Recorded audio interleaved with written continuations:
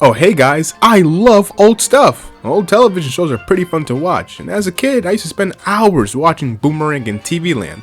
And old people are pretty fun to be around too and play Scrabble with. Going to flea markets and Goodwills and looking at vintage and retro items from the past is a pretty fun pastime for me. Taking a trip down memory lane and looking at all the older stuff can be a great way to pass time and become a good hobby. Looking at all the different types of mediums there are, books, television shows, movies, and even music, it's pretty simple to catch all your favorite old stuff from streaming services and websites offering different ways to watch and read stuff from decades ago. So then why is it so hard for me to play Rayman 3 without committing a federal crime? The preservation of video games. It's a pretty touchy subject considering how much emulation and the pirating of video games has become easier and more accessible over the years. However, the expansion of emulation can be often seen as a good thing. When you think about it, several video game companies aren't taking the time and money and resources to port their games and make them accessible to a new audience. Emulation is quick, free, and even though it's illegal to download ROM files to play these games, emulation often proves necessary to experience these older games. I mean, does anybody really care that I'm playing Reader Rabbit's Capers on Cloud 9 to re-experience what it was like to be in first grade? Or am I just embarrassing myself right now? But the lack of a proper way to play these games from the past has proven to be an issue, although a fix has been introduced several ways in the past. When it comes to playing older games on earlier systems such as the NES and SNES, porting was the main way for gamers to experience older games. Many of the games that people wanted to play on the NES weren't necessarily on other systems, but on different hardware altogether. Arcade games, Donkey Kong and Pac-Man and the like, were ported to the NES, keeping their graphical style. For the SNES, older games from the NES generation were ported to the SNES with graphical updates, controls, and improved music. And throughout the years, games have been ported, remastered, and put in collections, and even sold on mobile phones, which should be a federal crime. But this is usually relegated to games that are successful and have a big fan base and support and a functioning publishing company to release these games. There's a reason why Tak and the Power of Juju isn't getting a re-release. Well, what about the games that don't have this luxury, or what about gamers wanting to experience a variety of games the way they are meant to be played? For video games, this is kinda hard. You can't just get a game and copy and paste it to a newer console. Unlike music and movies that can be uploaded to streaming services easily, or books that can be literally copied and pasted, video games are a totally different beast. That's why when companies try to actually take the time to set up services that cater to preserving older games, it's pretty endearing to see because a lot of work goes into it. Making sure every game plays as supposed to, ensuring the music syncs up, and even upgrading and updating the graphics and resolution to be up to snuff. It's a lot of work that I would never do. Easily, one of the biggest companies to actually put effort to ensure that gamers get access to these older games is Nintendo. The Wii and DS era may be nostalgic to some, but it's actually closer to the Renaissance era if we're being serious. The rush of games during this period was experimental, but Nintendo was also keen on trying something new at the time.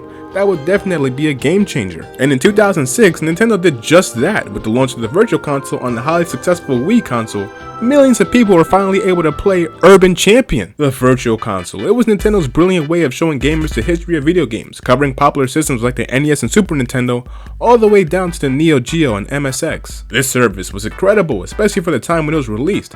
Back in 2006, it was pretty difficult to get your hand on a fully functional emulator that worked well with your computer. Nowadays, emulation is pretty mainstream, is at the forefront of video game preservation, why with phones being capable of playing Game Boy games, personal computers and laptops being more prevalent than ever, and with emulation going into a much larger community, it's pretty easy to see why the Virtual Console was so important. The Virtual Console itself was so neat once you got there with the Wii Shop Channel music playing in the back. I'd spend hours just clicking on games, waiting for them to load on the Wii's slow internet connection, and look at the description and screenshots of different video games. My mind was blown away as a kid, and keep in mind, I'm an idiot, so it's not that hard to impress me. Sifting through Nintendo's old catalog of games and consoles, you have to remember at the time, that video game history was kinda hard to come by. I was only 10 years old, and really the only way I could learn about old systems like the N64 and NES was through books at the Scholastic Book Fair and with Super Smash Bros. Two things that women would love to hear a guy talk about. I have to say though, had it not been for the Virtual Console, there would be dozens of games that I would never have come across. The first time I played Super Mario RPG was through the Virtual Console on the Wii. I was introduced to Castlevania and Street Fighter through the Virtual Console service on the Wii too. The first time I played my favorite video game of all time, Chrono Trigger, guess what?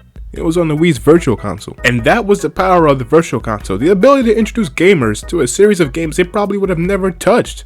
Without this service, I probably wouldn't be interested in certain games, or even be a fan of video games that I am today. The Virtual Console on the Wii had hundreds of titles spanning from different generations and different consoles. Support from Sega with the Genesis, Mega Drive, and Master System. Games from the TurboGrafx 16 were added. The Neo Geo, Commodore 64, and MSX were added too, along with Nintendo's home consoles as well, making this easily the best catalog of retro games offered on any platform at the time. I mean, if the games got any older, they'd be geriatric. A lot of the games on the system were games that were pretty hard to get your hands on, or were straight up rare or never localized in the States or in Europe. Games like Sin and Punishment and Bomberman 94 were released on the Virtual Console outside of their respective regions for the first time, with localization. And honestly, that's the beauty of the Virtual Console, making games that were once hard to come by and even play more accessible than ever. But like with most Nintendo products, it wasn't entirely perfect. You know Nintendo, they can take one step forward but 2 steps back, then step into a car, drive in reverse, and eventually crash their car into the moon. The prices were kinda insane, and this is coming from someone who was just using their mom's credit card to pay for stuff and was poor. Yeah, so for the Virtual Console, there were set prices for each console. NES games were always priced at $5, SNES, Neo Geo, and Genesis games hovered around $9, and then 64 games would cost about the same price as 2 loaves of bread. These prices, however, at least in my opinion, are kinda crap. For decades old video games, some of which depreciate in value and have aged poorly, cost about the same as classics like Punch-Out and Mario Bros. 3.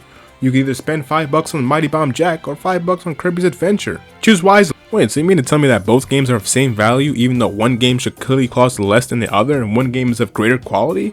Oh great, you have Sonic 1 through 3 on the Virtual Console, but you have to buy them separately, so you're basically spending $30 on dirt old Sonic games even though they should have been bundled together. All of the games, despite their quality, would be priced high. I'm not one to argue, but I'd argue that $5 could be a bit high of a price for a short 20-year-old NES game that could be beat in less than an hour. This can even go for other games in the same series. You mean to tell me that Mega Man 4 is at the same value as Mega Man 1, despite 4 being the better game with more content and features? The prices aren't determined by the quality of the game, they're determined by the system that they're on. I personally think that the best way to go about pricing on the Virtual Console is to do like a regular store would.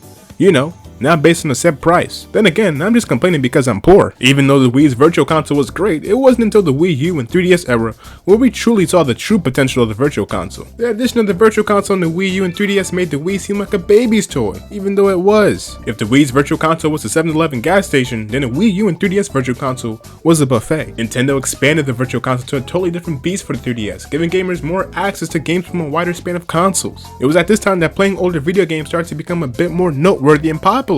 Games were being developed in retro art styles during this era, with 8-bit styles coming into the mainstream again. Playing older retro games was in. 8-bit games at this time were like snapbacks. They were cool at the time, but embarrassing to bring up now. And with the 3DS being a handheld system, it only makes perfect sense for the Virtual Console to support Game Boy and Game Boy Color games. The inclusion of these handheld systems was perfect for the 3DS, and it felt close to playing the games like how they were originally meant to be. The Virtual Console on the 3DS also helped with the system's kind of weak lineup of games early on too. It's like when there's no food in the house, but you find a Hot Pocket somewhere in the back of the fridge. However, the 3DS not having Game Boy Advance games is kinda weird. Apparently the 3DS can't support Game Boy Advance games and they run pretty sluggish on the system.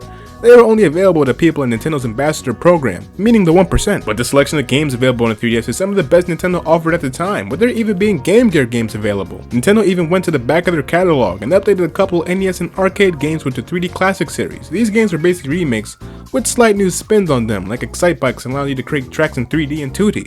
That's what we always asked for, 3D Excite Bikes, but not 3D Excite Bikes. The Wii U's Virtual Console was even better than the Wii's offering, with there being Nintendo DS support for the first time ever. And this was a big deal, as the DS simply has one of Nintendo's greatest library of games. It's kinda surprising to see DS games get support on the home console, but not on the 3DS. The Wii U also had Nintendo's other greatest handheld, with the Game Boy Advance finally being available and fully functional on the home console for the first time ever. This made the Wii U the ultimate machine when it came to playing older titles. DS, Wii, N64, basically every single console up to that point, except for the GameCube and Virtual Boy. The Virtual Console also supported off TV play, which means you can play your games on the Wii U gamepad, except you have to be next to your Wii U. And look, I can sit next to anything, anyone, except the Wii U. The Wii U's Virtual Console's library was ever expanding, and sure, there were some discrepancies between the games that North America got versus what Japan got. But hey, here in America we have Dunkin' Donuts and Little Caesars. We can't have everything over here. But just like the Wii before it, the Virtual Console and the Wii U saw the localization of games that were often forgotten behind.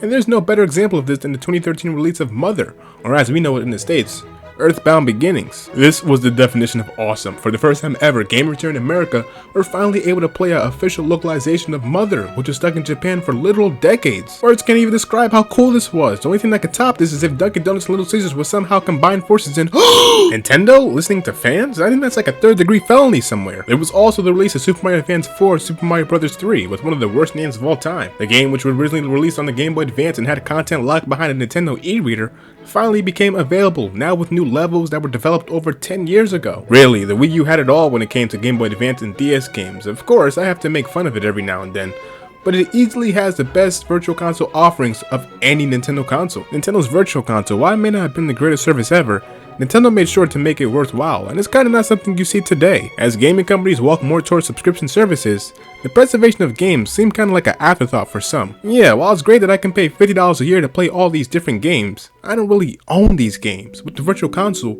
you owned these games. And yeah, while it's great that I can pay $50 a year to play all these different games, I don't really own these games. With the virtual console, you owned them.